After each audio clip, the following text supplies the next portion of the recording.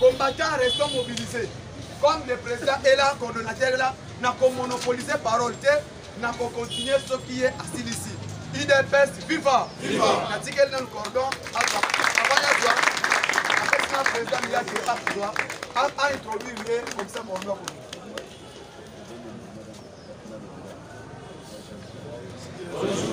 Mon maman, Mambou Masso. Oui, Mambou Masso Belé, Toyambi, Cordon. Cordon, JC Mwamba. JC Mwamba. Pour les bêtes lobby, ils allaient mouler mon symbolique. Ok, Moussikate. On appelle ça Mokozi Maloba. À ça la ligne, Maloba.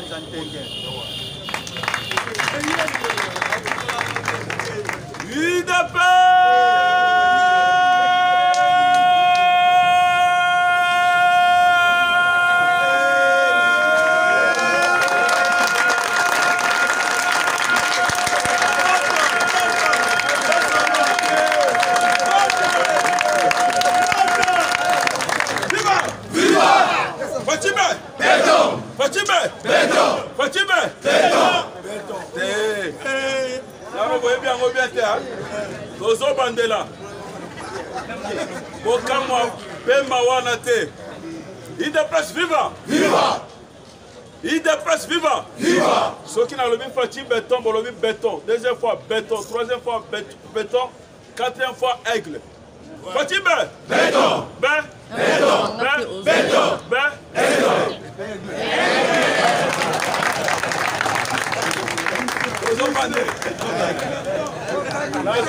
La tongo lelo moto azana mawa moto akanisi ke non vina esuki te to bandisi mena sika Fatibe béton béton béton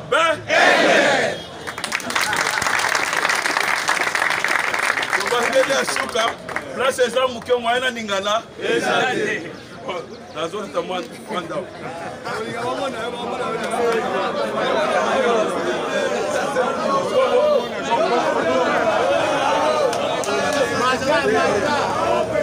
les places. Ok.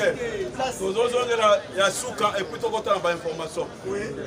IDPS, viva! Viva! Ah, nous avons bien été. IDPS, viva! Viva! Fatime! Béton! Béton! Béton!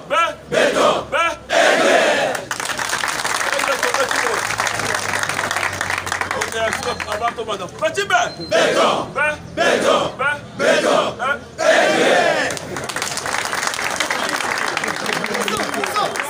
Collectif de parlementaires de Bougnoso. Merci à président Miyake, à Antoine Aye, Moustapha. IDPS viva. Viva. Il y a de cela plus de 20 mois, Oyo Fati Béton Aigle accéda qui n'a pouvoir en tant que président de la République, en tant que commandant suprême des forces armées congolaises et de la police nationale. Pouvoir à Fati, ezali cadeau ba PCT. Pouvoir à Fati, eza pouvoir oyo outé pas hasard, Nzambe mérite. Et tant que Nzambe a PCT pouvoir à Bwana à travers le peuple congolais. Fati atala lobi nazana armée te. Nazana service de renseignement te. Mboka oyo pendant plusieurs années sous le régime Mobutu, sous le régime Kanambe Polite Alaska Kabila, Kazwaki, Mboka oyo bapesa ngona maboko nani ya diable ya Satan. IDPS viva. Viva. Et de moi je vais encore éjaculer. IDPS viva. Viva. Éjaculation ce n'est pas une injure, ce n'est pas une bêtise, c'est une métaphore, c'est une figure de signe.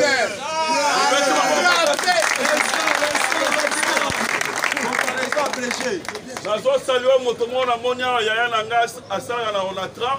Souvent na tongo nyoso le cacao na ba parlement de pour avoir ba information. Venanga to mona déjà la miso. Salama bonjour. IDPS viva. Viva. Tango fachata azu pouvoir zamba pesier. Azu mboka o ba pesa ki ngona maboko a diable. Azu ngo abonzi ngona maboko nini? Ya Nzambe. Abonzaka yango mkolonini. Abonzaka yango le 23 juin 2000 combien 19. Ezalaki wapi? Ezalaki na stade de Martyr. Fatia lobi boye. Moto moko très sage.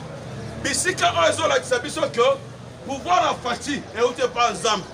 Fati est en train de régner avec Dieu sous la RDC. Comment la Fati n'a qui bon mototé?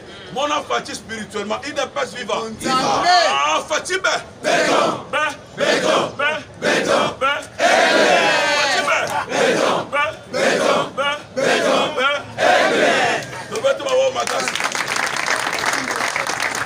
Comment de la Fati n'a esprit n'a eu mousquet ôté? Le pouvoir de Fati, c'est un pouvoir qui vient de Dieu. T'as la Fati sur le plan spirituel. Tango Fati a vu mboka oyo, apesi yango abonzema na maboko ensemble.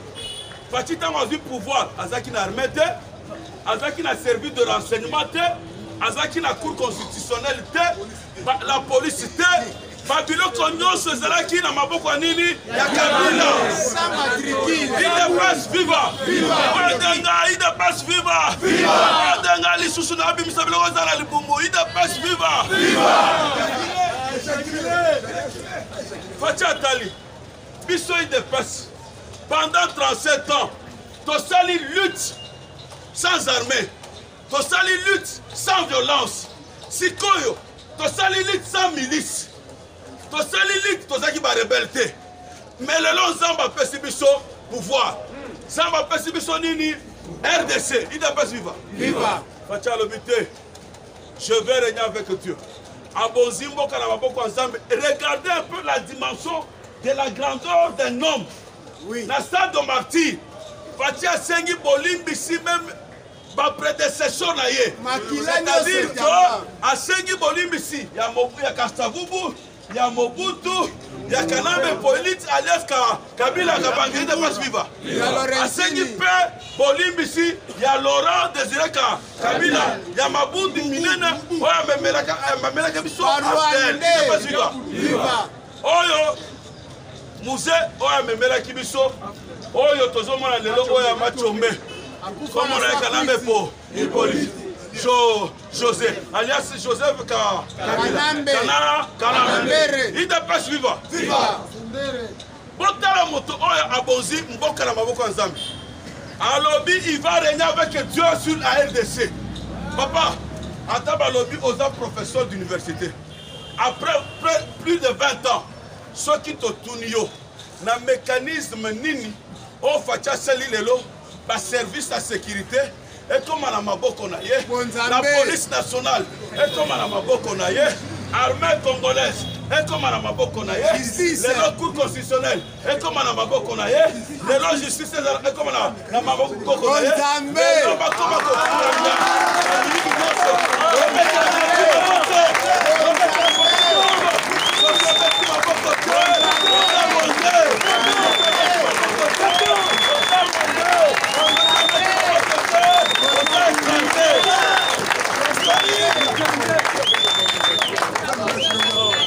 il dépasse viva. Et de moi je vais encore éjaculer, il dépasse viva.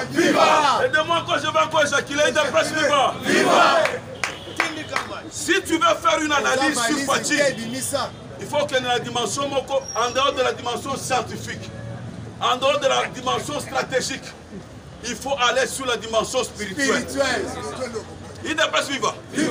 Kolandate interview, qui interview Bonabote. Dans l'esprit, quand la lettre T, Neti interview au la Belgique. Batobele bazotanga yena lettre, bazotanga yena esprit. Ceux qui ont continué la dimension analyse spirituelle, en esprit c'est autre chose. La politique c'est un jeu de dames. La politique c'est pas ce qu'on dit. La politique c'est ce qui est dans le cœur.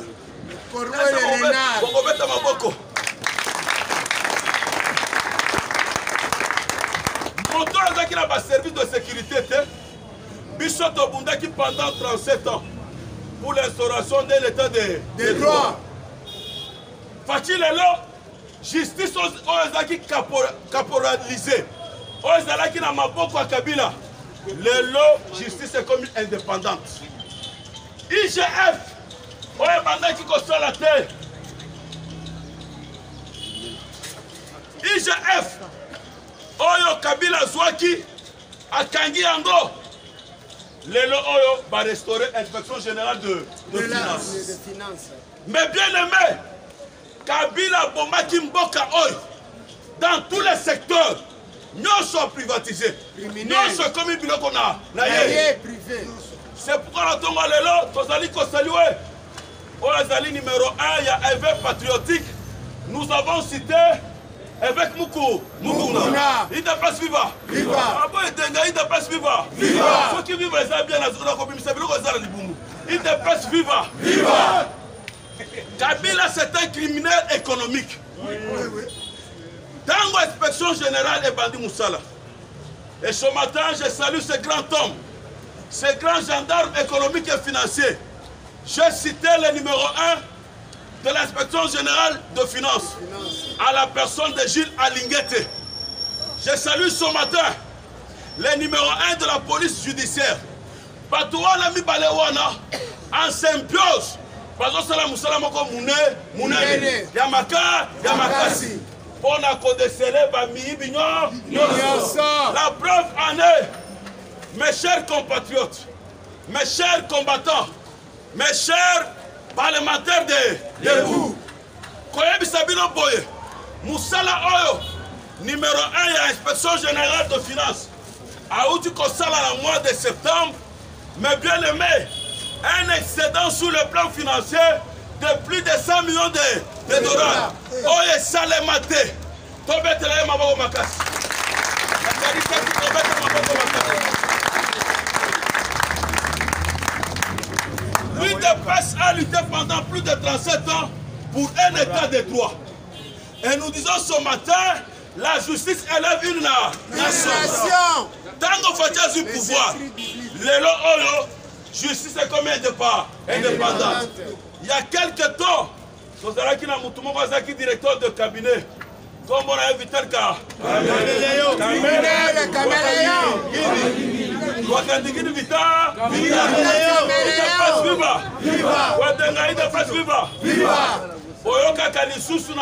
Na niveau il y a parlé de la nation Batobazo Koufa. Jamais Vital Caméléon. Il dépasse viva. Oyo Shola Benga Kapapati. Tito Vital. Vital Ti. Caméléon.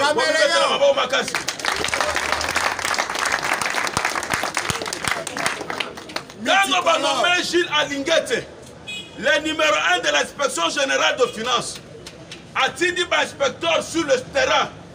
Bakeko décelé. Ce qui est par exemple dans le domaine à payage, au Kokendewana, au Koutineti, Kempeski Hotel, Makambo payage au Kouti, Kempeski Hotel. Au Kombitula, Kempeski Hotel a gosala Makambo payage à Foner du Kamoni. C'est-à-dire Kabila a bomaki Boka Oy. Pas domaine Dios, aucun port. On connaît un port à Lédia. En soi, ils ont un port à Lédia. Ils vont créer un port. Pour avoir un port à Nini, il y a un endroit. Nasimona est à Lédia. Nasimona est à Kabila. Dans la même peau. Moutoua.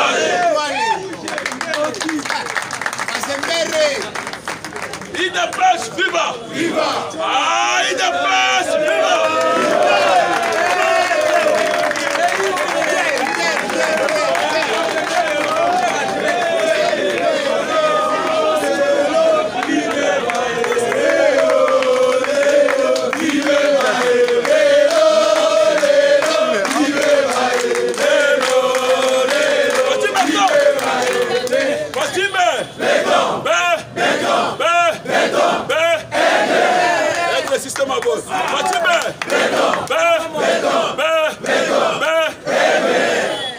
Système anani ya wemba aigle azanan avant de continuer moi mouket oza ebele il faudrait pas qu'on la gourma maninga la solidarité l'unité fait la force d'une structure il n'est pas vivant exactement parce qu'on a cordon fort au bébé on peut vivre peu aux accords en onction balé ya bakole il n'est pas vivant Aigle Zanan, Je pouvais continuer avec les informations dans la Baninga. Aigle Zanan. Ce que Fati béton, Big Rouge T. Même dans la Bible, l'aigle représente Dieu. L'aigle représente un esprit supérieur. C'est-à-dire que ceux qui ont landé Ndenge Fatia Kendali na ma solo, au moins la justice est comme la Maboko, est comme indépendante. Les hommes sont les autres dans la Mboka Oyo. Fatia a été tenté plus de 40 fois. Il n'est pas vivant. Il n'est pas vivant. Il faudra aux la aigle pour nos bandes de exprimer. Bon début de semaine, que Dieu vous bénisse.